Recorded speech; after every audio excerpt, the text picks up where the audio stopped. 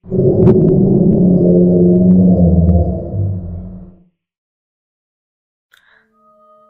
আলাইকুম listeners, dark বুকের আরও একটি এপিসোডে আপনাদেরকে স্বাগতম। আজ আমাদের ঘটনাটি পাঠিয়েছেন পাবনা জেলা থেকে আমাদেরই এক লিসেনার বাপি ভাই। তার সাথে ঘটে যাওয়া লিচু বাগানের একটি বাস্তব ঘটনা। তিনি নিজেই অডিও রেকর্ডিং করে আমাদের কাছে ঘটনাটি পাঠিয়েছেন। এমন নতুন নতুন ভয়ের ঘটনা পেতে আমাদের চ্যানেলটিকে এখনই সাবস্ক্রাইব করতে পারেন। ঘটনাগুলো যদি আপনাদের ভালো লেগে থাকে তাহলে একটি লাইক দিবেন। আপনারা কী ধরনের ঘটনা চান জানাতে আমাদেরকে কমেন্ট করতে পারেন। ঘটনাগুলো আপনারা আপনার বন্ধু-বান্ধবের কাছে শেয়ার করতে পারেন। আপনারা চাইলে আপনাদের জীবনের সাথে ঘটে যাওয়া কোনো ঘটনা অথবা শোনা কোনো ঘটনা আমাদের সাথে শেয়ার করতে পারেন। আমাদের কাছে ঘটনা পাঠানোর জন্য আপনারা আমাদের ইমেল অ্যাড্রেস অথবা আমাদের অফিসিয়াল ফেসবুক পেজে পাঠাতে পারেন। আমাদের ইমেল অ্যাড্রেস হলো darkbok2024@gmail.com। আর ডার্ক বুকের অফিসিয়াল ফেসবুক পেজের লিঙ্কটা আমাদের ডেসক্রিপশন বক্সে দেওয়া থাকবে। তাহলে বেশি কথা না বাড়িয়ে আজকের ঘটনাটি শুরু করা যাক।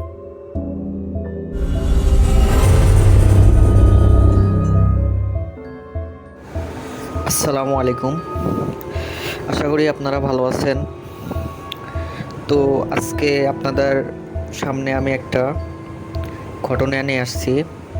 আজ থেকে 15 বছর আগে। আমি তখন 9-এ পড়ি। তো তখন গ্রীষ্মকাল ছিল, গ্রীষ্মকাল পড়ছিল, মানে স্কুলে হচ্ছে সামার ছুটি পড়ছিল, মানে গ্রীষ্মকালীন যে ছুটি, ফলমূলের খাওয়া, লিচু, তখন ছুটি পড়ছিল। তো আমরা ছুটি পেয়ে খুব খুশি হলাম বন্ধুরা একসাথে। তখন ভাবলাম যে এবার ছুটিতে আমরা কোথাও বেড়াইতে যাব। তো বেড়াইতে যাব, কোথায় বেড়াইতে যাব সিদ্ধান্ত এখনো হয় নাই। তো বেড়াইতে গেলে তো টাকা লাগে।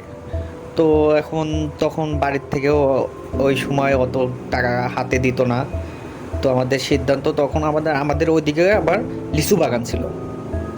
লিচু বাগানে তখন লিচু বাগান আলারা যা করতো, লিচু মানে যখন ধরতো না, তখন হচ্ছে ওই বাদুর আছে না, ব্যাট, ওরা হচ্ছে লিচু হতে না হতে খেয়ে ফেলতো। তো ওরা লোক হচ্ছে খুঁজতো, যে লোক খুঁজে মানে সারাদিন পথ দিবে, মাস শেষে তাদের একটা টাকা অ্যামাউন্ট দেওয়া হবে, টাকা দিবে। তো আমরা সিদ্ধান্ত নিলাম, তা আমরা তো বসেই আছি, তো হচ্ছে আমরা লিচু বাগান পথ দিব, মানে পাহাড়ে দিব। তারপর গেলাম 1 মাসের জন্য। বাড়ির থেকেও রাজি ছিল না, তো কাছাকাছি নিলাম যাতে হচ্ছে অতটা টেনশন না করে। কাছাকাছি নেওয়ার পর গেলাম, তারপর আবার হচ্ছে ভাগ হয়ে গেলাম, মানে একটা বাগানে তো আর অত লোক নেয় না। ভাগ হয়ে যাওয়ার পর দুইজন দুইজন করে ভাগ হয়ে গেলাম। তো আমি আর হচ্ছে আমার সাথে একজন ছিল, আমার একসাথে ক্লাসমেট, দুইজন এক বাগানে গেলাম। তারপর হচ্ছে দিলাম কি পথ দিলাম, তখন আবার ছিল মানে ঝড় হতো, ঝড় বৃষ্টির দিন, ঝড় হতো। আমাদের মধ্যে বাগানে একটা কি করলো, টং করে দিল। ওই টঙেই থাকা লাগে আর কি, ওইখানে একটা জাস্ট হচ্ছে বাতি দিয়ে দিল, ওইখানেই থাকা, ওইখানে খাওয়া। চাং চাং আছে না, মানে যার পর বসে, ওটাকে চাং বলে আমাদের ওইদিকে। তো ওর পর বসার একটা করে দিল। তো এখানে দুইজন পথ দিতে থাকলাম। একদিন খুব জোরে ঝড় আসলো। তো আমাদের আবার পাটাপাটি পথ দিতে হলো, একজন রাতে পথ দিবে, একজন দিনে পথ দিবে, মানে একজন রাতে ঘুমাবে, একজন দিনে ঘুমাবে। তো সেদিন আমার হচ্ছে রাতের ডিউটি ছিল, আর তার হচ্ছে সে ঘুমাচ্ছিল। প্রচণ্ড ঝড় হলো। ঝড় হওয়ার পর মানে বিদ্যুৎ চলে গেছে, কোনো নাই। আমাদের আবার একটা করে টর্চ লাইট দেওয়া হতো, যে দেখা রাত্রে বাদুর আবার সে যদি না খায় সেটা দেখার জন্য। তো ঝড় হয়ে গেল, ওইদিকে কারেন্ট নাই। আর হচ্ছে আমি তখন বের হয়ে আর চারিদিকে বিদ্যুৎ চমকাচ্ছে। তো আলো নেব, আমি হচ্ছে লাইটের আলো জ্বালায় চারিদিকে পথ একটু দেখতে গেলাম। যে কোথাও কিছু ডাল ভাঙছে কিংবা লিচু ভেঙে পড়ছে কিনা এটা দেখতে হবে, না হলে বাগানওয়ালা পরের দিন এসে যদি বকাঝকা করতে পারে যে তোমরা তোমাদের জন্য তোমাদের কি জন্য রাখছি। তো যা দেখতে গেলাম, দেখার পর একটু এগিয়ে গেলাম। আগায় যাওয়ার পর ও ঘুমাচ্ছে।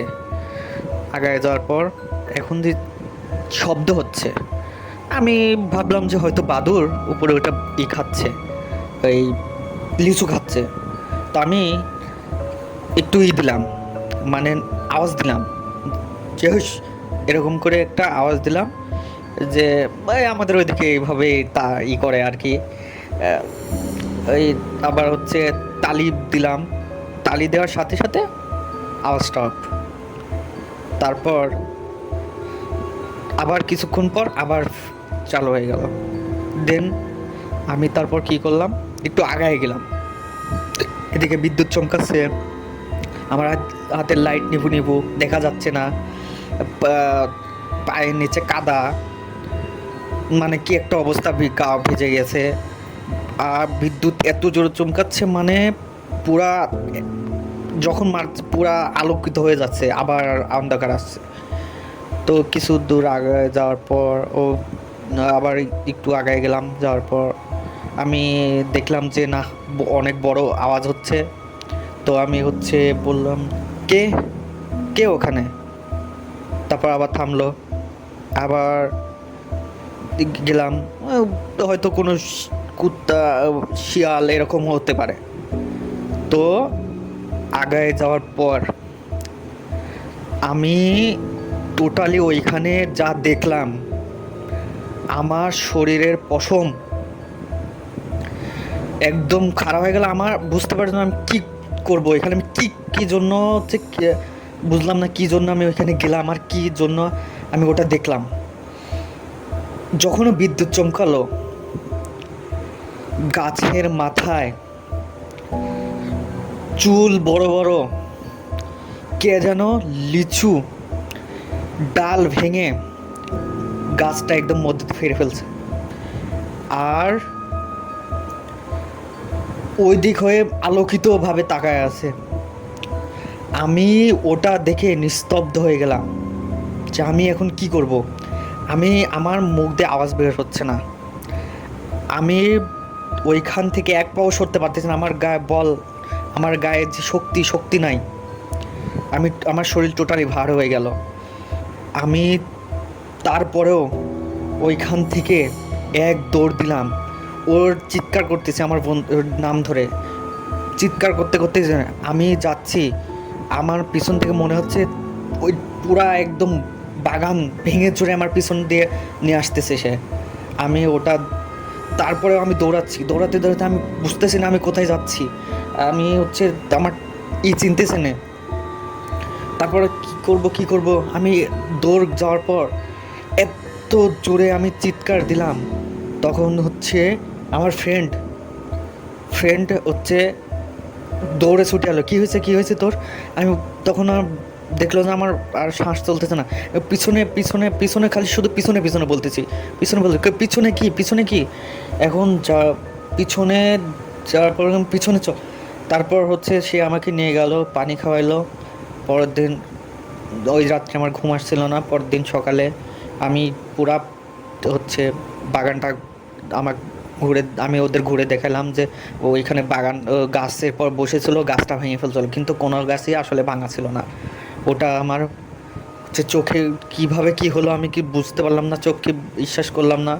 তখন ওইখানকার এক চাচা ওইখানে বললো যে আসলে তোমরা এখানে বাগান পথ দিতে আসছো, তো আগে হচ্ছে আমরা তো এখানে থাকি, আমরা তো বুঝি এই জায়গাটার অবস্থা। তো এইখানে সচরাচর আসলে এসব দেখা যায়, এসব মানে এখানটার জায়গাটা একটু ভয়ঙ্কর বেশি। তোমরা হচ্ছে এখানে আসলে কিছু না জেনে শুনে তো এই সব কিছু মনে যদি না করো, তোমরা হচ্ছে চলে যাও। এই জায়গাটা আসলে কেউ পথ দিতে চায় না। তোমরা হয়তো বুঝতে পারো না প্রথম, তারপর হচ্ছে এইখানে নিছো। তখন আমার অবস্থা পুরাই খারাপ ছিল। আমি আরও সিদ্ধান্ত নিয়ে ওইখান থেকে চলে আসলাম। আমি 3 দিন জ্বরে পড়েছিলাম ওই জিনিসটা দেখে। আমার তখনও বিশ্বাস করতে তারপরের থেকে আমার সাহস হয় নাই যে ওই মানে আমি বাগান পথ দিব। তো আশা করি আমার গল্পটা শেয়ার করে আমার খুব হালকা লাগছে। তো আপনাদের হয়তো ভালো লাগছে, ভালো লাগলে আপনারা গল্পটাকে শেয়ার করবেন আপনাদের বন্ধুদের মাঝে। যদি এরকম কোনো ঘটনা থাকে আমাদের বলবেন, আমাদের কমেন্ট বক্সে বলবেন। আমাদের চ্যানেলটা অবশ্যই সাবস্ক্রাইব করবেন, ছোট চ্যানেল, আপনারা সাপোর্ট করবেন অবশ্যই। থ্যাংক ইউ, আশা করি ভালো থাকবেন। আসসালামু আলাইকুম।